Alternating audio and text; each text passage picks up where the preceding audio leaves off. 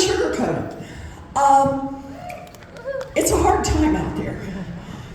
It is a hard time when our federal government is firing the people who are trying to do cancer research.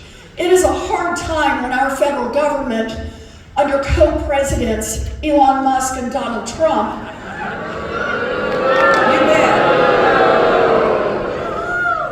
are laying off the people who keep our nuclear materials safe. It is a hard time when our co-presidents are firing veterans. It is a hard time when they are trying to bring down our government from the inside. It is a hard time when co-president Elon Musk is out there mowing through every federal database that has all of your personal financial information, in some cases medical information, all of the ways that you can be identified.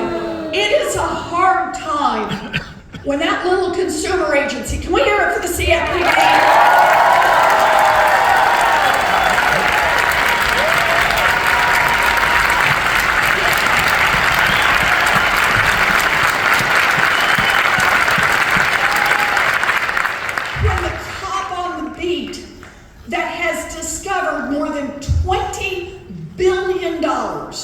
Of scams over the last dozen years, shut them down and made the scammers give the money back to the people they cheated, and now co-president Musk wants to shut that down, not on my watch.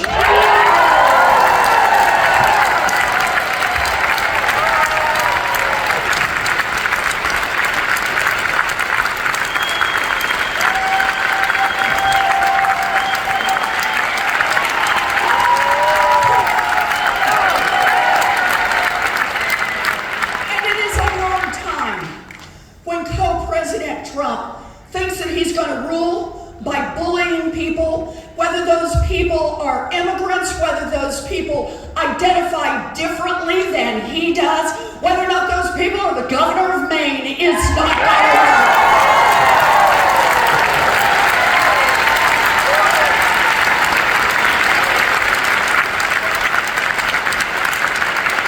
So here's the deal. Yes, it is a hard time. I acknowledge that, and we come together to talk about it. We don't have all the tools we want. I get it. Boy, can I count to exactly 47 Democrats in the United States Senate and 53 Republicans. I can do that math. I understand that.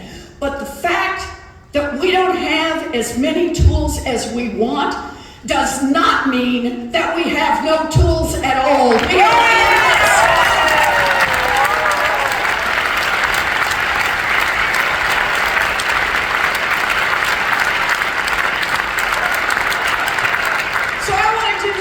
today. I want to tell you, just as our topper, we're going to do some questions in a minute, but I want to tell you what I'm working on and what we're all trying to do right now. So part one, what Donald Trump and Elon Musk are doing in large parts of government is flatly illegal. Yeah. It's just illegal. It's not like, well, on the one hand, but on the other, a big part of what they're doing is illegal, and we are in the courts. We are in the courts, and we're going to fight this out in the courts. That's part one. Part two, right in the United States Senate. We are the ones who are supposed to do advice and consent.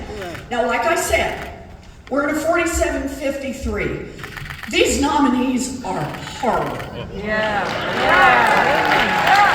It's a term of art here, right? They are terrible. We now have someone who's going to be in charge of our Health and Human Services.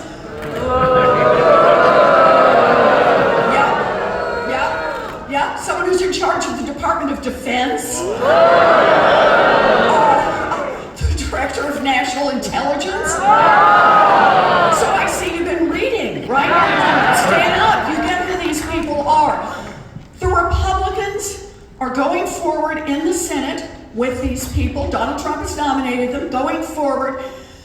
Here's the deal. We're not giving it away for free. They can name horrible to stop them. But we are not giving it away for free. So when RFK gets nominated, you bet. I tried to make clear with my questions, not only does he traffic in anti-science, traffic in anti-vax, but he's making millions of dollars to do it, and that's not right. When our Secretary of Defense is credibly accused of sexual assault, I managed to pry out the information. He paid $50,000 to hush that woman up. When he's falling down drunk at work events, and when he drove not one but two nonprofits straight into the ground financially, we couldn't stop him, but we didn't give it away for free. So here's how I look at it. With all of these nominees, we're putting a stink on them and making sure the American people see it, and that every damn Republican who voted for him is going to feel a part of that stink.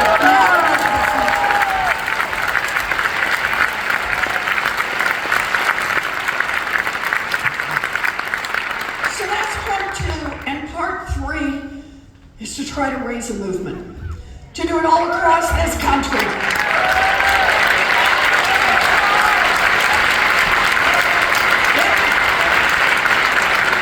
If you see me on TV, if you see me on podcasts, if you see me out in the streets or sidewalks, you understand that's what I'm trying to do, and it's what others are trying to do, because ultimately the power is not actually in the White House. The power is not actually in the Congress. The power lies with the people. And that's what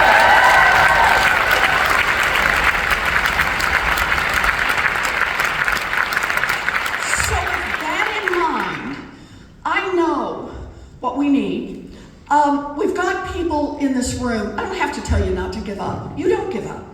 You're in this room because you are ready for this fight.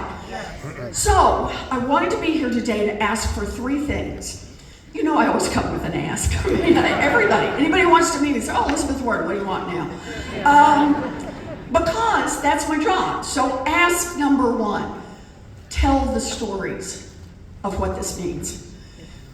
Ask number one, that's it. Tell the stories of what it means if cancer research is halted. Tell the stories about what it means if we're going to shut down our national parks. Tell the stories of what it's going to mean if someone who has dedicated 22 years working in public service and just gets laid off. Tell the stories of what it means if you're going to terrorize an immigrant community so that little business owners have to close their doors because people are afraid to be out on the sidewalks. Tell the story about what it means when children are afraid to go to school. Tell those stories, and the reason for that is we are at the moment of developing the national narrative for what Donald Trump and Elon Musk are doing. It is bad, and we need to tell that story, and I need you to tell it. So that's part one.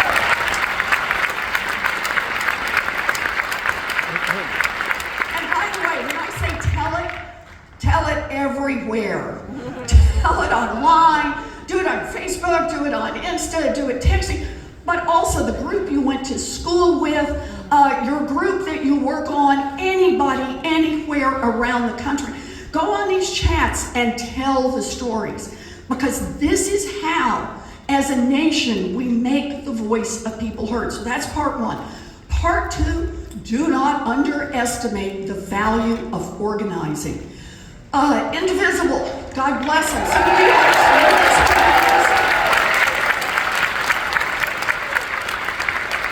and many other organizations. I'm all in. One voice is powerful, two voices is more than twice as powerful. Organizing and getting energy behind it, we keep each other going. So please, organize, get in a group that's organized, work with others, build your own, bring in your neighbors, but come. And then part three, you gotta take care. These are hard times. And remember how they say on the airplane, adjust your own mask before helping the person sitting next to you? You actually do have to take a deep breath.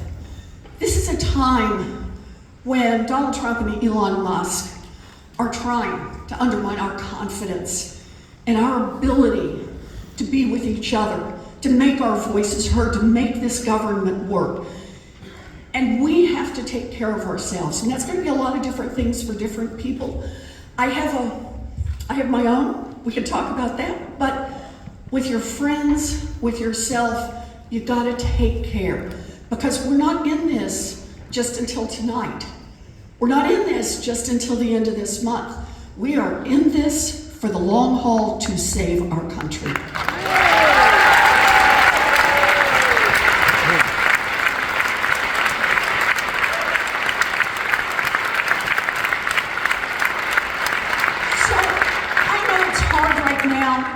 It's hard to maintain focus. There's so much going on. I sometimes think of this as feeling like you're in a sandstorm, right? And it's just buffeting and things are coming from every direction.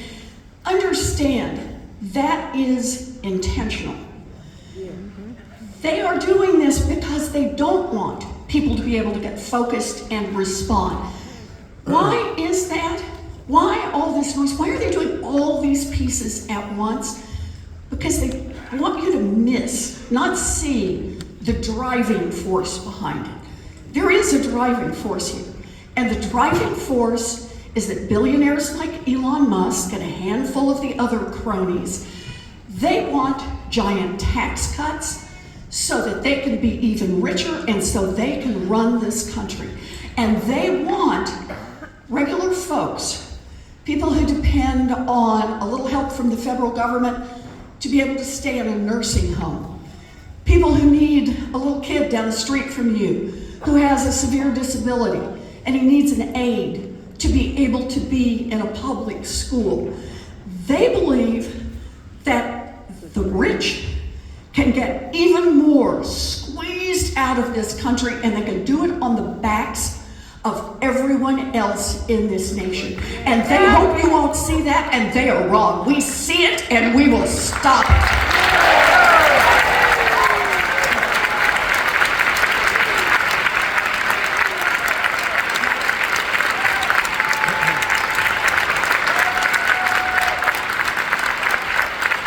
think of this as what we fight for. This is not just Republican versus Democrat, not anymore. This is a whole lot bigger than that. This is truly what we think our government is for, what we organize and get out there, why we vote, why we show up. The Republicans right now have completely caved in. It's Elon Musk and whatever he wants to do, and Donald Trump wants to name himself king. That's where they're headed. We are the people who actually believe that we can build an America that doesn't just work for a handful at the top. We believe in an America where everybody gets a fighting chance. And what that ultimately means is that we make those investments so people can get it. We make the investment in public education. We hear it for our time.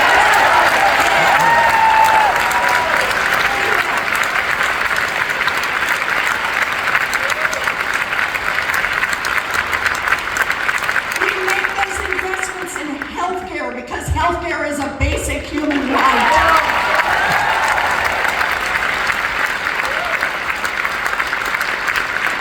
And we're in the fight to make those investments in housing so everyone has an opportunity to buy a home and build some security.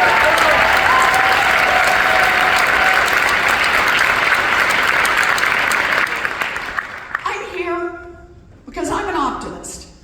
And yeah, this tests me. I get it. But I'm still an optimist. I'm an optimist because I truly see up close and personal what happens when we work together. I see the things we build, and I see the people right now here in Framingham, here in Massachusetts, who show up to say investing in our government is worth it. So we're going to stay in this fight. Thank you.